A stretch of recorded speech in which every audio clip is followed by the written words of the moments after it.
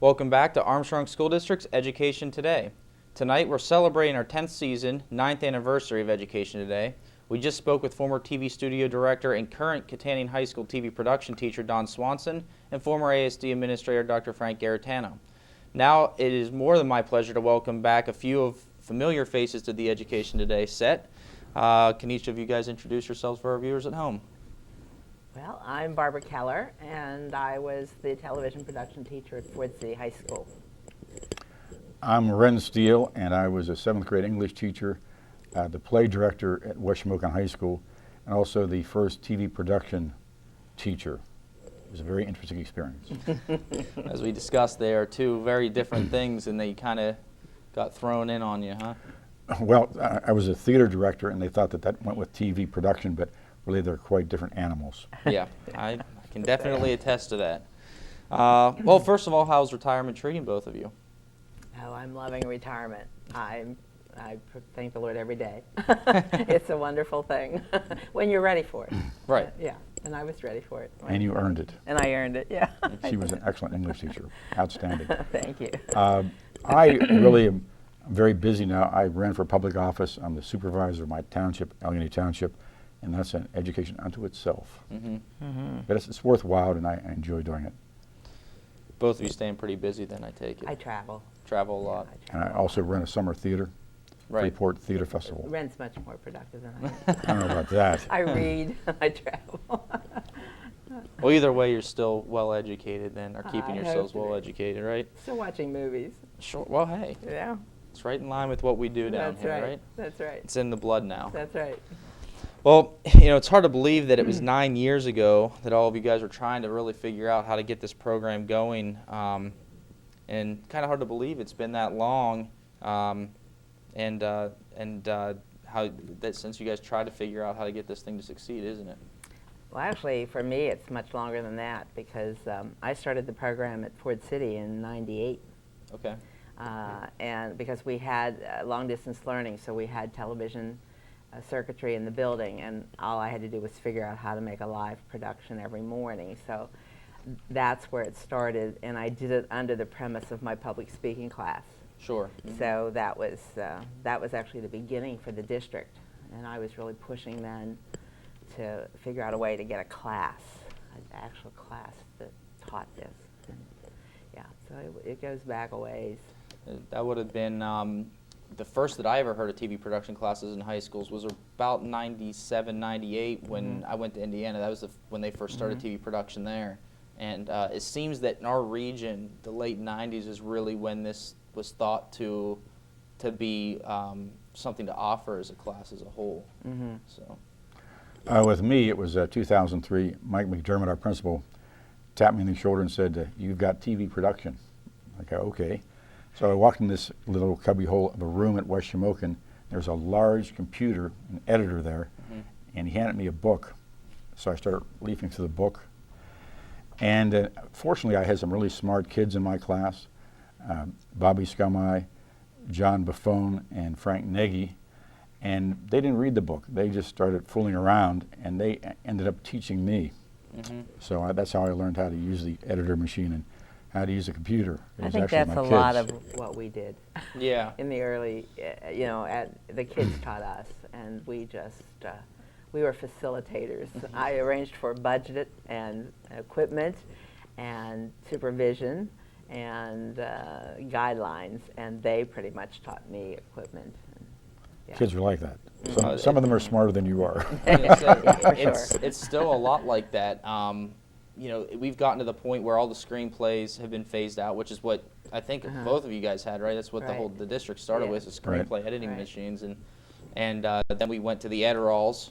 I think the first one I put in, I can't remember if you were still there or not, Ren. It might have been the year after you had retired. I think the Adderalls were there when The I Adderall was there, yeah. Which were a great learning tool and much better than the screenplays. And now we've phased almost all of those out. Katanning has a few, and now we're almost all computer-based using Adobe Premiere. And I told most of the students when we first had them, I said, you know, this is a program that you're going to be able to figure out. I said the best, you know, I can sit here and I can explain things to you, but the only way is to get your hands on it and do it. And I think even the ones that are behind the cameras today can pretty much tell you that they, you know, were able to figure it out relatively easily. And now we're midway through the year, so they're starting to develop a little bit more complex projects and things of that nature. It's really a balancing act, because I'm a performance-based kind of teacher, and I'm really interested in what's going on in front of the camera. And teaching the kids to catch that or capture good footage, it was more important to me, because I thought the editing sort of took care of itself. And so I think each of us did it a little differently. You know, we approached it a little, what was important to us, a little differently. I think Ren was quite involved with sports.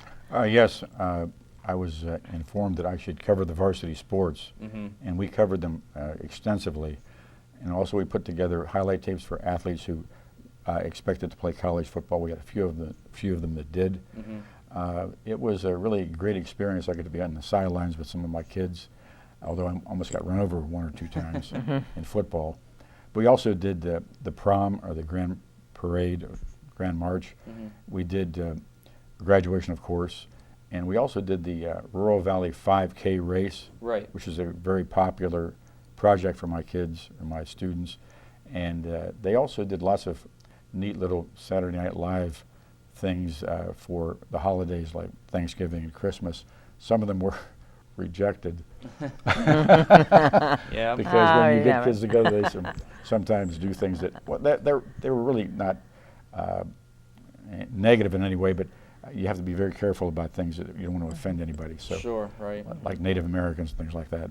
Yes. Being part Native American, I didn't mind it, but we did one on Thanksgiving that had to be cut. Right. Now, and yeah, there's a lot of topics that you have to kind of tread lightly around, and it's unfortunate because these guys come up with some pretty funny things, and even though you're sitting there saying, well, my job is telling me I shouldn't be laughing at this or approve of it, but my mind is saying, oh, that was pretty good, actually. So actually, it would have been very good for Saturday Night Live, but it wasn't really good for West Shamokin High School. So. I was always quite involved with competitions. I wanted my kids to send their stuff and compete and compare what they were doing with what other schools were doing in the area, and that was always important in my program. So they were always looking at what was being produced elsewhere and then trying to come up with their own versions. And, you know, that's actually come full circle now. Yeah, West Shamokin submitted entrance last year. I think was their first year. They may have done one the year before. And Ford City continued to send videos in, and Katanning, obviously with Mr. Swanson there now, they've been sending videos in. We did have a little bit of an issue where there seemed to be a double standard with the competition last year, but generally the kids are still putting together really good products to go down there, and it's still a very, very good program. I think a good element to the class. So, you know, thinking back to the early stages, what were some of the challenges you faced, or what was the beginning really like?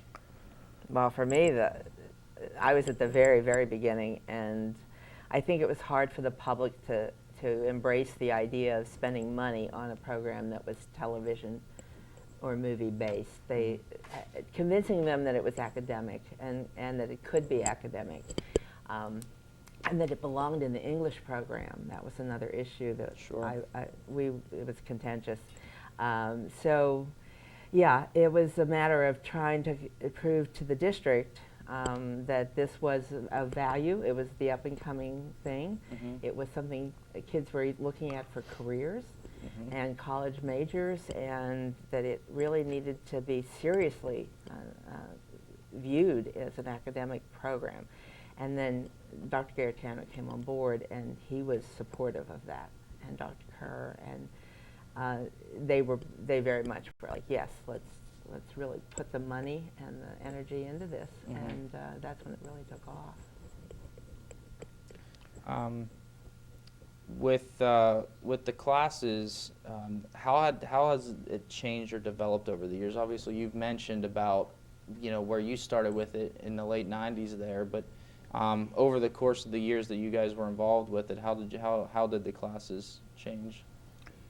I think that people got to realize their strengths. Some people were really good anchor people, and they stood out.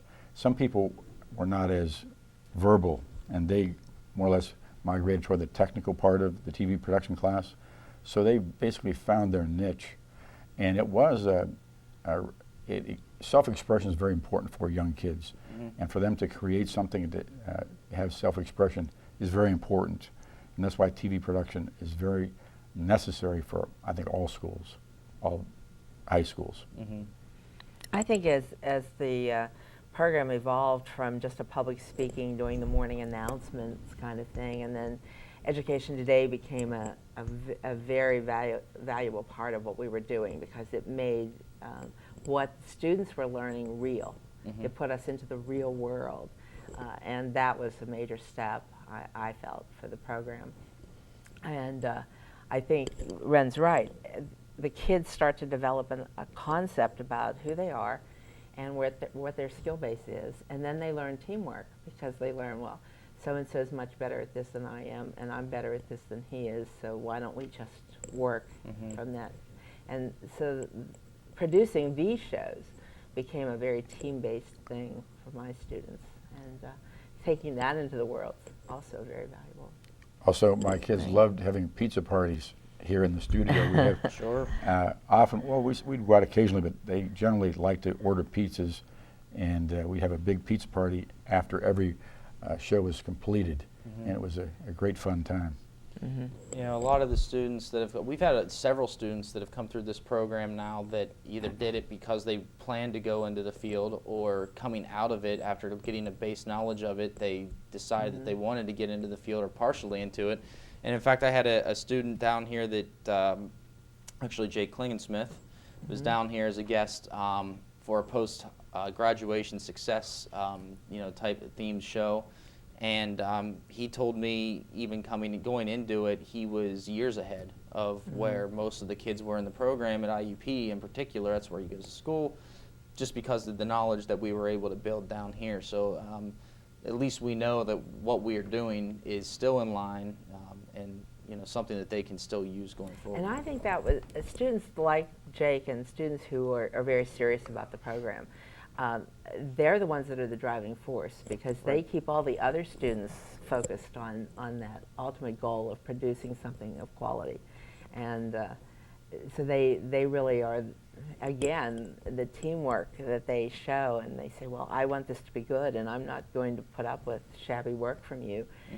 And the peer pressure was incredible, and certainly appreciated by me, much better than me putting pressure on them. Sure, yeah. Yeah, and we had a lot of students. I would say I had at least 2 or 3 a year that took it into the college level work with them in some way. And I truly believe that every profession has a video module to it. Sure. If you go into law, if you go into medicine, if you go into business, if you go into teaching, all of those professions have some kind of module that involve technology. If you go into carpentry, if you go, all of them do, and there's an avenue for that. Also, John Buffone, you said, is now a sports director in Lancaster, Pennsylvania. Yeah, he does something. I know he's in the. I believe he's on the radio, and he also does some web-based articles. I don't know if he does anything in print or not, but he did that locally here. He had a radio show here, or a podcast actually, and he got a really good job offer down in Lancaster County, and that's where he's at now. And every now and then on Facebook, you'll see him, post different video clips or articles or whatever it is covering the local teams that are in that area now. So. He was one of my most outstanding students, and he also was the lead in one of my plays. He was played Jonathan in Arsenic and Old Lace. So, a great kid. Well, I mean, we've hit on, and Ron, you even mentioned about the importance of the class, but how important do you feel the TV studio element is to supplement the class? It shows you practical how to do it, the nuts and bolts of putting together a TV show. And again, teamwork is a really important part. They find their own niche. Some become anchor people, some become the technical staff, and they have ownership of the project, and it makes them feel that they can do something creative together, and it can make it a really excellent production. That's what I think is really important. When you guys were still teaching, what was your favorite part about the class? My goodness, there were so many. It was my favorite class to teach, honestly, because it was student-driven and not driven by me. And it was so creative. And I also, toward the end, I was really pushing for an advanced level class because I saw a need to start to examine filmmaking and the quality of films that the students were watching as much as the ones they were making. Sure. So. Yeah, I really think that it was just a great experience for me. The kids have great senses of humor. They used to make me laugh often, and they'd come up with screwious ideas that you'd have to let them experiment, but if it got too far the wrong way, you'd have to pull them back. But they had very inquisitive minds and very creative minds, and it used to make me smile. Yeah. Okay, now, we spoke a little bit. You kind of mentioned Advanced TV, Barb, and I know that you helped or did write that curriculum for the Advanced TV class. We're in our second year officially offering that class. It used to be taken, obviously, as an independent study. You could take it, but now it's an official class. Why did you feel it was necessary to add this element? Well, first of all,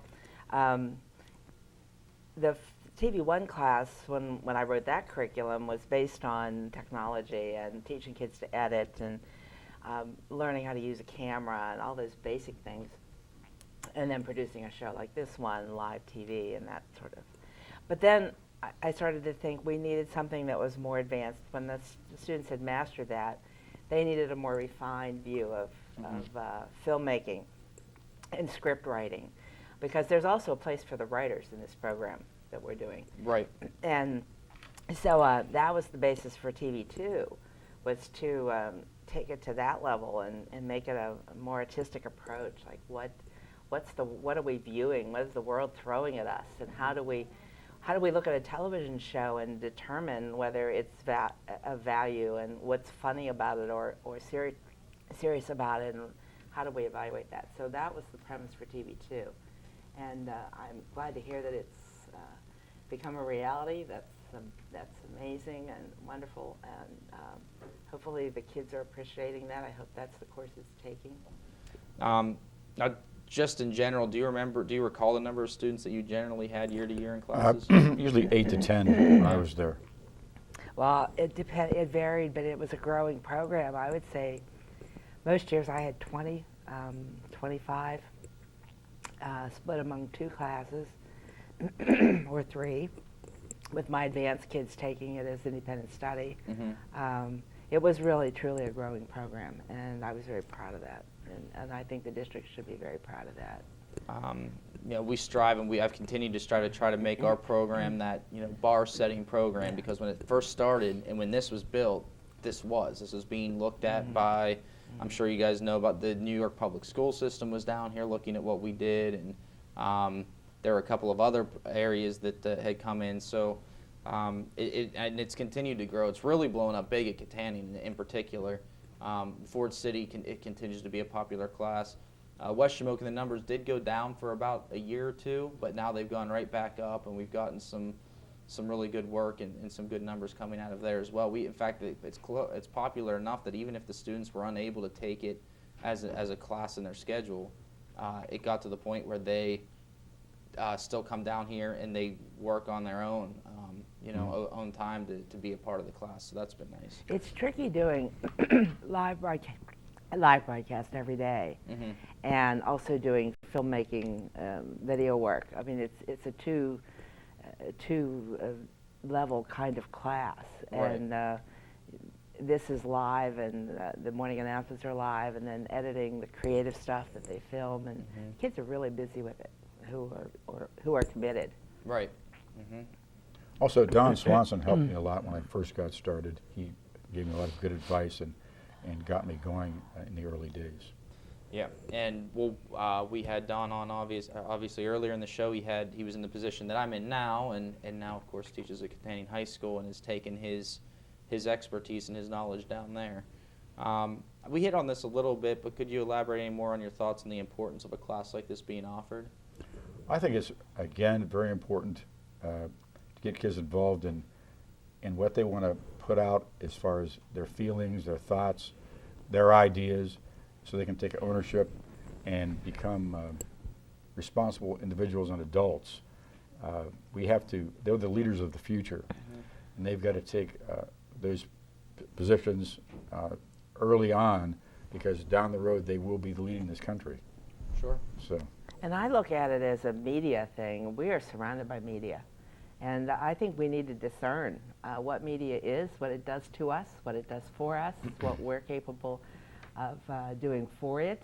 And I wanted my students to see that they needed to have a view of how the media manipulated them and how they were able to manipulate using the media, and they became school leaders because of that. They learned that the media had such an impact. No matter what they did in the building, they could really set a tone every day in the 10 minutes they were on the air. Right. And they did, and they wanted to, and they did a fine job of that. There is positive. an importance to have a well-balanced media and not people giving us a lot of propaganda, which is what you're talking about. You have to be able to look at both sides of issues and things like that. And kids, I think, bring that to the forefront. And they have to learn how to do that. And they have to learn to suspect stuff that comes at them that is pure propaganda. Sure.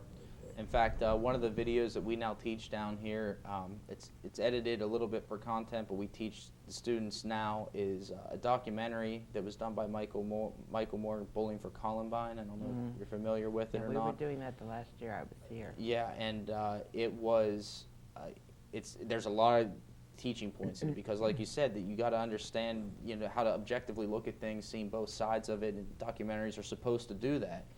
And although he does present different sides of it, he also uses the power of editing and what you can do with editing to manipulate, what the viewers are seeing, to make them feel a certain way, even though it may not actually be the case. So even though he's not really, he doesn't twist around the facts, he presents them, but he twists around the video content of it to make it look a certain way. And so that's one of the things that we try to teach them and work through down here with them. We used to do it in the studio at Kittanning, and I think Mr. Swanson does that up at the high school level now, at the building level. And we go through different videos and try to show them different techniques when they're down here. Sometimes we put them through exercises with the equipment to do a full, simulated live news broadcast, basically, where we insert stuff as we go. And one of the things I always found really tricky to teach, but really important concept for a student to understand, is the idea of inference in film, where they don't have to actually show violence, for instance, or they don't actually have to show uncomfortable things on the film. They can just lead up to it and let the viewer draw a conclusion. Sure. And that's a very sophisticated concept. And when students start to get that, I was always proud of that. I mean, that was a very sophisticated way to approach filmmaking. And so yeah, we always had I would say, could you have done that without showing it to us? You know, and then they would reinvent. So they became very creative. Also, there was interesting. I saw something on the media recently where they paid these people to protest, like $8 a day to protest. They could care less. They just rented this demonstration. Yes. It was a rented demonstration, and they acted like it was a spontaneous demonstration against some issue, but it was all prefabricated, and you got to be careful about stuff like that. Absolutely. It's one of the things that I try to strive to get the point across to the classes at some point during the course they're here, and that is do your homework on it, if it's especially if it's a topic that you feel is important, and understand both sides of it and come up with your own opinion. Don't allow somebody else to develop that opinion for you. And that goes right along with what you're saying. So now, can you think back, or do you recall the studio experience and what it was like for the students, you know, back when this whole thing started? I think the kids love to get out and do their own thing. They wanted to be together. They were almost always, not always, but almost always right on task. They really enjoyed coming down here, and it was a very exciting event for them, and they could hardly wait to come. One of my favorite memories coming here was the morning that I showed up with my crew, and Dawn was in charge, and there had been a water leak. Oh, yes. Right above all of the equipment in the studio. And so everything was soaking wet, and everybody was in a panic. And my students said, "We'll clean this up. We'll make it work." And Dawn was like, "Okay," and we did. And they were still able to do a show that day. The janitors were here, the principal was here, the custodians were all in a dither, and between 8:30 and 10:30, those kids had figured out how to get it all to work again. And it was an amazing, for me, an amazing experience what kids can do. Kids are problem solvers. They really are. Yes, they are. Well, video kids are. Yeah. Well, our time is getting a little short, I guess. Is there anything else that you guys wanted to add? Well, I'm just glad that the county is still, that the school district is still promoting this and still seeing value to it. And I think the students just have to be really enjoying that one period a day where they can just take control of what they're learning and have input, and it's a really incredible teaching tool, these studios and the work that the kids are doing there. I just like to say I really enjoyed teaching TV production. My kids were outstanding, very smart, had great times with them. And I want to thank you too, Chris, for helping us. You made our experience wonderful down here. Again, the kids always wanted to come down because you always had things organized. You were basically welcomed them. We had our pizza parties. It was a really wonderful time. So it's been a lot of fun here, and hopefully I'll be able to continue to work in a capacity that I get to manage the studio and maybe a little bit more growth, professional growth within that. So. Right.